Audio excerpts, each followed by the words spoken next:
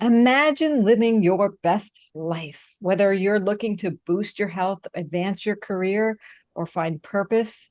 This episode has it all because I have experts here who are ready to share their secrets to living a vibrant life. And whether it's personal branding or holistic wellness, you're going to be getting those secrets to designing your vibrant life that truly works for you. So let's say hi to them.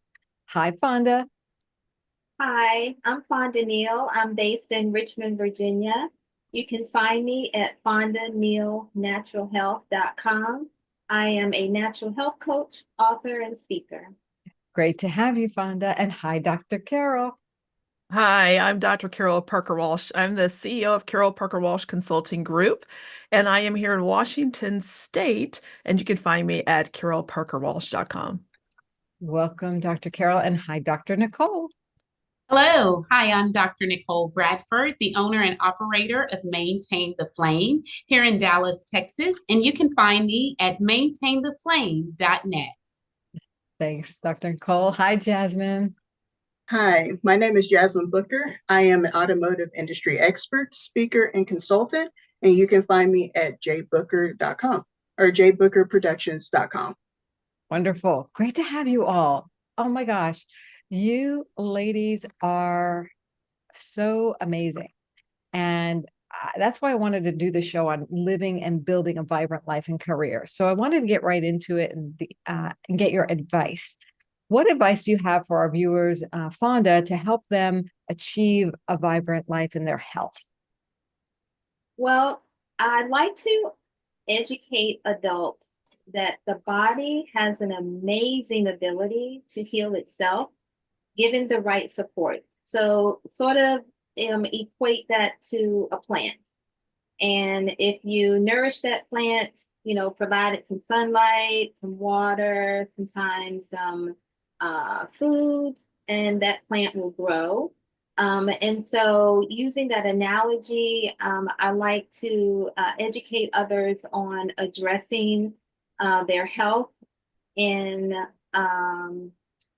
using what I call the 7 essentials of health, which are sleep, nutrition, healthy movement, emotional wellness, toxin elimination, hydration, and environmental wellness. Sort of looking at the whole person in a holistic way which helps promote a healthier and happier and more vibrant life. Now, I know we hear a lot in the media about sleep and nutrition, movement, and mental health. The one essential you were talking about is toxin elimination. If somebody were to want to do that, where would they start? I would say looking at the ingredients in just our everyday products that we use, whether that's health and beauty aids that we use, the lotions that we put on our skin, the shampoo and conditioner that we use on our hair, to cleaning products and looking at the ingredients of those cleaning products. Do those cleaning products consist of any toxic ingredients? Because exposure to those ingredients can affect our health, and it's something that a lot of people just don't think about. Absolutely. And is there one area, like a health tip you have that most people aren't thinking about that you'd like to leave our viewers with today? I would say taking our health into educating ourselves on our health issues is very important. I think in order to get to the root cause, I think it's helpful to think about getting to the root cause of whatever the issue is, and just educating ourselves on those health issues, and really looking at natural approaches to resolving those health issues. And what I love about that is that, yeah, it's back to what you said in the beginning. The body does have the ability to heal itself as long as we can get to that root cause. So thank you for bringing attention to that, because if we don't have our health, and that's why I love that you started out our show today, it's hard to have a vibrant career. So let's go over to Dr. Carol. And what advice do you have for our viewers to help them with a vibrant career? Yeah, well, I am a big proponent of having a personal brand. And so often, what women do is focus on their performance or their title or their education. And what they don't do is to become what I call becoming the CEO of you, right? Being able to articulate what it is that you do in the world so that people can understand the value that you bring and not just your title or performance. Because I believe that what you want to do in your career is to focus on not just how you can advance within your current job or your current organization, but how you can show up broadly in your industry or your field that may have repercussions that reverberate throughout your career. If you decide not to stay at one place, you're seeing yourself as a leader in industry. And so what I mean about being the CEO of you is that you want to really do three things. And the first is to understand and value your unique promise of value that you bring, what you offer to the world, what you bring to the world. And secondly, you want to know how to articulate that in the digital marketplace so that people can see what you bring and do in the world, right? And that you're speaking with authority around that. And the last thing, you want to position your thought leadership, not just with your organization, but within your industry. And these are credibility markers that raises your visibility, credibility, and marketability within the marketplace. And so for me, having a strong brand is something that's not often talked about. We do a lot of work with a lot of female leaders, and this is a core thing that we talk about because it instills a deep sense of confidence in what they're able to do and what they could potentially do within their career.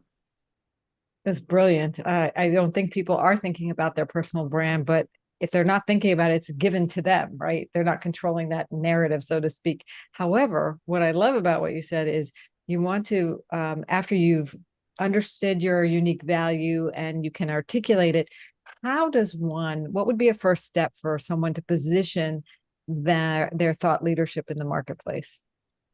I tell you, the simplest and easiest place to do that is right at your fingertips, which is LinkedIn. I tell people to look at LinkedIn as your personal website. Oftentimes, people think of it as just, well, if I'm looking for a position or if I'm trying to network, but you really want to look at it as your personal website. You want to put down the results that you deliver in the work that you've done in the world. You want to talk about the impact that you've made throughout your career. You want to talk about your vision in terms of what you want to accomplish and what you want to do in the world within your bio. You want to make sure that you are utilizing that prime real estate in your headline under your photo that not just says your title, but says the impact that you make, the value that you bring, the things that you're able to accomplish and bring to any organization that may decide to work with you. So the first place and the easiest place to really position your authority and your leadership is on LinkedIn. LinkedIn lets you write articles. They let you post thought leadership on a daily basis. So it gives you a place that gives you a lot of bandwidth because Google sees LinkedIn as a credible resource. If you rank high on LinkedIn, then you're going to be ranking high in most people's thought about your credibility to be able to bring value to whatever it is that you're trying to do. You're speaking to the choir. I so love that you mentioned LinkedIn, because not only all that, once you do that, when somebody Googles you, your LinkedIn profile usually comes up before your website. That's So exactly right. it's so good, so good. So thank you, Dr. Carol. Yeah. Dr. Nicole, I wanted to go over to you and ask you, what advice do you have for our viewers to help them achieve a more vibrant life? Well, I want to applaud the information that Dr. Walsh shared. It was very valuable, and I think it's very helpful for individuals moving forward. But the advice that I would give will be to, number one, focus on your mindset. Make sure that you have a positive mindset. Now, I know when you hear the word mindset, a lot of us tend to think about just positive affirmations. But I'm not just talking about the positive affirmations, but I want to make sure that you are positioning yourself to have a growth mindset. You're willing to try new things. You're willing to step out of your comfort zone. And most importantly, you must believe that you have the ability to achieve. So believing the affirmations, putting in the energy and effort and having that growth mindset is very important. Woohoo, I love that.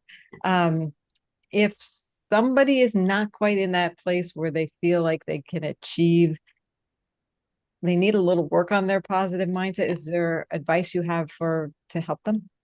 Oh, most definitely. Well, I've come up with an acronym. The acronym is MAINTAIN, and it comes out of maintain the flame because we have to keep our flame ignited. We have to keep our fire inside going. And in that acronym, I just have 8 strategies that you can utilize. And you don't have to use them in a particular order, but the strategies include your mindset, being willing to take action, making sure that you live a life of intention, taking time to nurture yourself, ensuring that you are very tenacious in this life, hold on to that dream as hard as you can and fight for it. Make sure that you are authentic. Showing up authentic is very important. Stand in your truth and have integrity. And last but not least, come up with your non-negotiables. Make sure that you have that healthy boundary so that you can live a life that you desire with no regrets. Is there an example? Like, how can people think about what their non-negotiables are? Do you have an example of one? Yes, maybe it's at work. You know, I've worked a lot with a lot of teachers. I was in education for over 2 decades. And as a teacher and a campus principal, we are just givers. And as parents and individuals, we love to give, give, give. But even at work, sometimes we have to come up with those non-negotiables that, you know what, at 5 o'clock, that's the last email I'm going to check because I need to make sure that I'm home so that I can have dinner with my family and I can check in with my own children. So it's just the small little things that you can do that way. You can show up for work, do an amazing job, but make sure you set healthy boundaries so that you can show up for yourself and your family. You're here and speaking. I love it. So Thank you. you all are so motivating. Now I can't wait to hear what Jazmine, you have to say. What advice would you give to our viewers to help them live a more vibrant career life? I would love to start off by saying that both Dr. Walsh and Dr. Bradford brought in a lot of great tips and a lot of things that I agree with in terms of trying to build yourself and trying to give a better life for yourself. One of the things I would like to add to it is wanting to build a collaborative environment within your community, whether that be personal, whether that be in your career, because you can't do it yourself. You have to have a solid foundation. You have to have a great support system. Unfortunately, when you try to do it yourself, a lot of times you tend to forget things that are important. You tend to kind of everything starts to snowball into an effect that sometimes you cannot stop. And going into that rabbit hole is very hard to come out of it once that, once one thing goes, the next thing tends to go as well. And so going into specifically the service industry, you tend to realize that trying to be competitive a lot of times it gives you 2 things, and that's a lot of times enemies and what I call roller coaster money. Roller coaster money, did you say? Yes, essentially what happens is you'll make a whole bunch of money at one point, and then you'll come back down and not have anything else because now you've made too many enemies, or a lot of people are trying to go against you because instead of you actually trying to work with your team, work with the people that you're employed with, or sometimes the managers, whenever you're not working with the people around you, you tend to be the oddball out instead of the person who is being the leader or being the supporter. Sometimes you do have to be the support in the leadership position, and sometimes people forget that. Yeah. Your advice has really rounded out everything here because we are not in this world alone. We doing it on our own is just a arduous task. So being collaborative and versus, like you said, competitive, I almost felt like what you were saying, Jazmine, is like you could shoot yourself in the foot if you're too competitive. Absolutely. There is a such thing as a healthy competitiveness. And obviously, coming from the automotive industry, you do hear a lot about being competitive and always trying to be better than the other person. But you also have to remember you have to have a team to do that. And sometimes people try to be competitive inside the workplace as well as outside the workplace. And it brings kind of this solitude of, okay, well, that person's hard to work with. Maybe going back to Dr. Walsh's perspective or advice is you're not building that strong personal brand in order for people to say, I want to work with this person. Or maybe you're not being told, this is the person I want to work with. That happens because you're not trying to collaborate with with that team, with that workplace. Exactly. Wow. All this advice, I think you have a book in you, like the four of you. This is great. Or make a power team to work together, because I love this foundation with Fonda of, starting with your best self, your best health, right? So Fonda, I want to go around and I want to ask each of you, like, who do you work with and what do you do for them? So Fonda, why don't you start us off? So I mostly work with health conscious adults. I don't necessarily work with children per se. And by health conscious adults, and that's anyone who, whether they're dealing with health issues, chronic health issues, or they consider themselves to be healthy and they want to maintain their health, for the rest of their life. There is a program that I'm actually working on. It's an online self-paced program that sort of deep dives in those 7 essentials of health that I mentioned earlier. And no matter what health issue a person has, these are foundational aspects of health that are important for vibrancy. No matter what the issue is, or like I said, if people want to just keep the health that they have, it's just important to keep these 7 essentials at the forefront of our mind. So there must be a reason you got into this. Do you have a story you could tell us? Yeah, so I developed a passion for natural health and wellness as a result of some chronic health issues that I dealt with for many years. I had chronic sinus infections, and by chronic, I probably had a sinus infection quarterly, every 3 to 4 months. I had a chronic sinus infection, and I just could not get relief just from traditional methods. And I was told that I would have to have surgery on my sinuses. And as a new mom at the time, that just was not an option for me. And so I researched some natural solutions to the issues that I was dealing with. And based on what I learned, I implemented some lifestyle changes, such as eliminating sugar and dairy from my diet. And I experienced some profound shifts in my health that basically rid me of those health issues. And that was probably 10 years ago. And I actually have not had a sinus infection Oh since. my, that's amazing. Congratulations. Well, thank you for this and all the good work that propelled you to do. So, Dr. Carol, tell us about who you work with and what you do with them.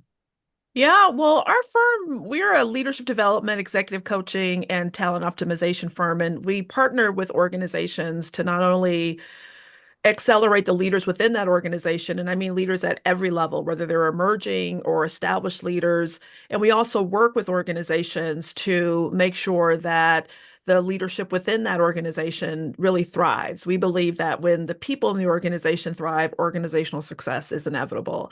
I particularly have a passion of working with female leaders. It is something just from my own experience as being a female leader and someone who has studied that in, my research and doctoral work. And I just have a passion for really helping female leaders really find their unique voice, find that confidence, and accelerate in the things that they can do and really see beyond what they believe is even possible for them. So to develop that deep sense of self-awareness, to identify their genius and really amplify their excellence is something that I personally like to do. But we have a bunch of other consultants that work with leaders of all types at all levels to really accelerate that human potential and leadership capacity.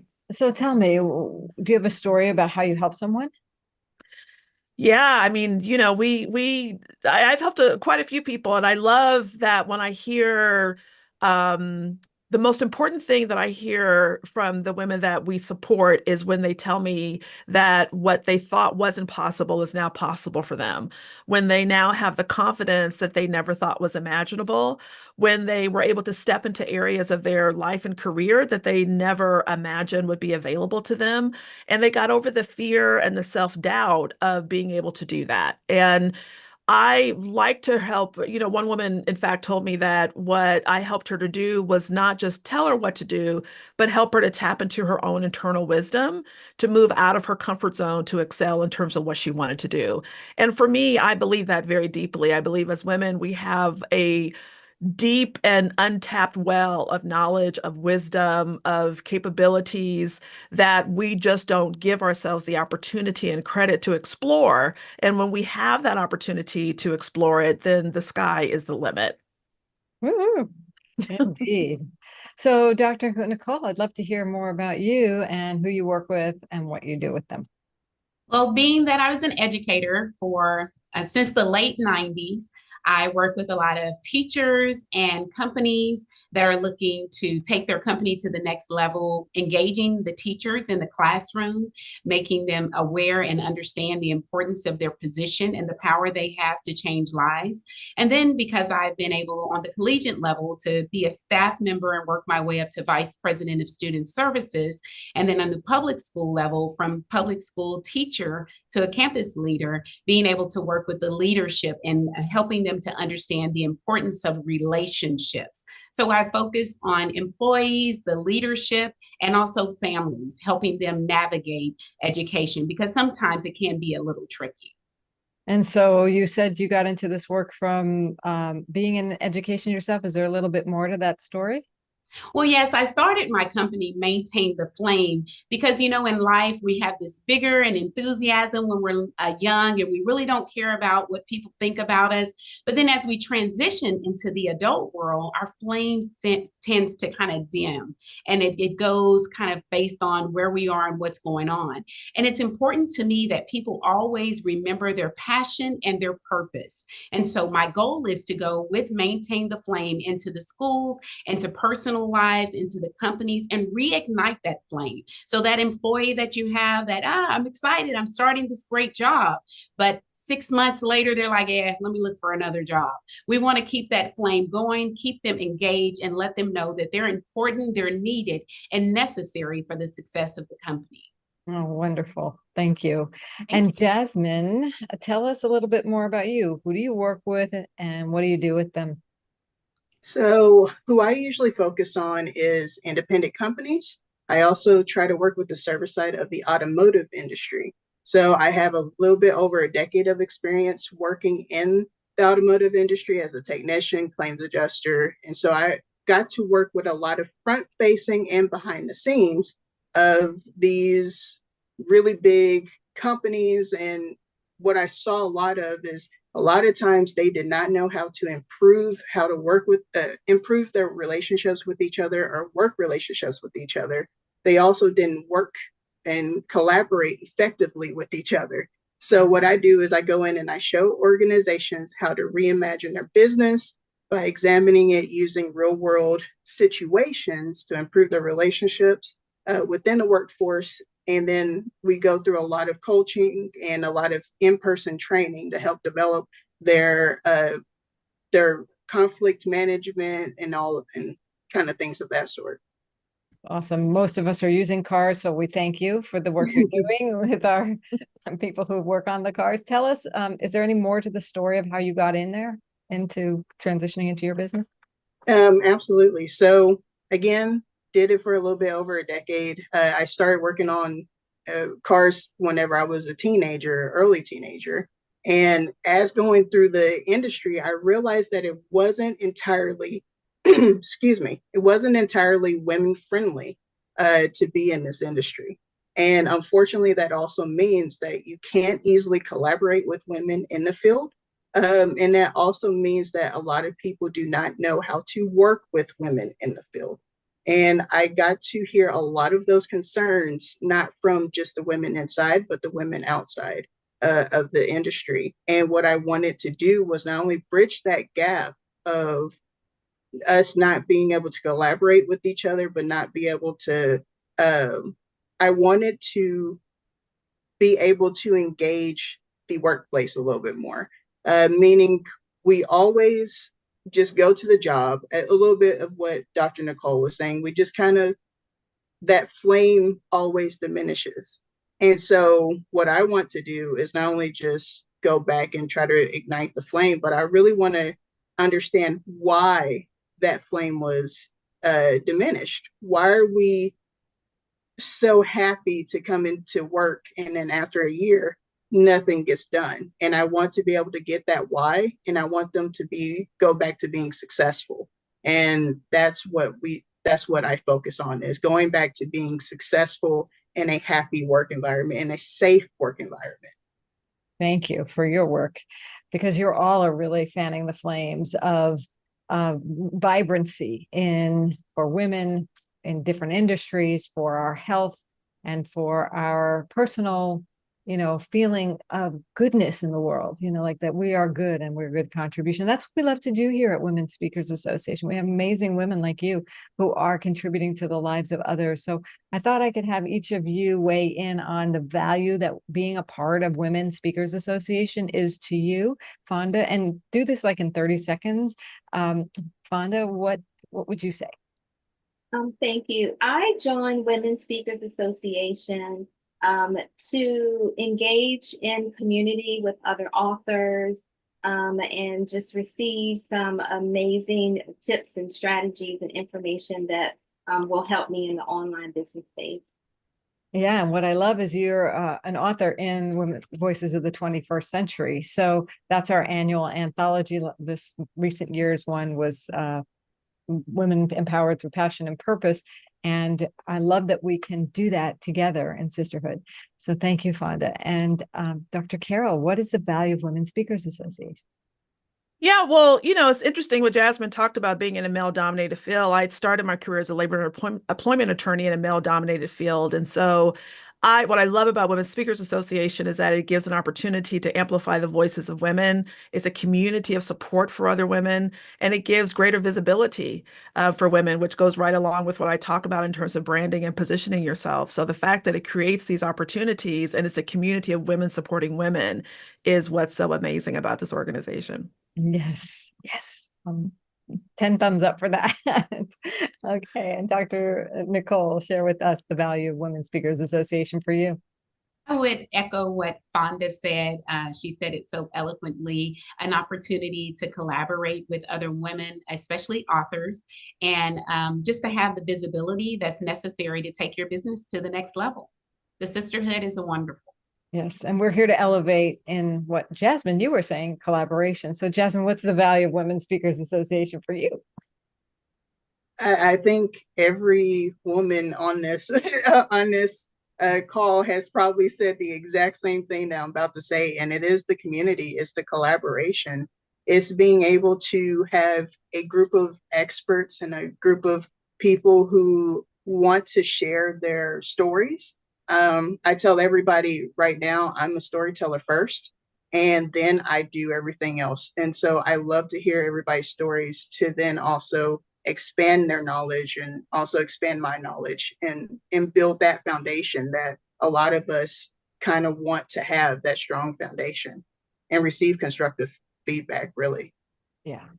So we are that sisterhood. And thank you so much, Fonda and Dr. Carol and Dr. Nicole and Jazmine, for bringing your wisdom to our organization. And I want to invite those of you watching here today to check us out. Go to joinwsa.com if you want to do what Jazmine, Dr.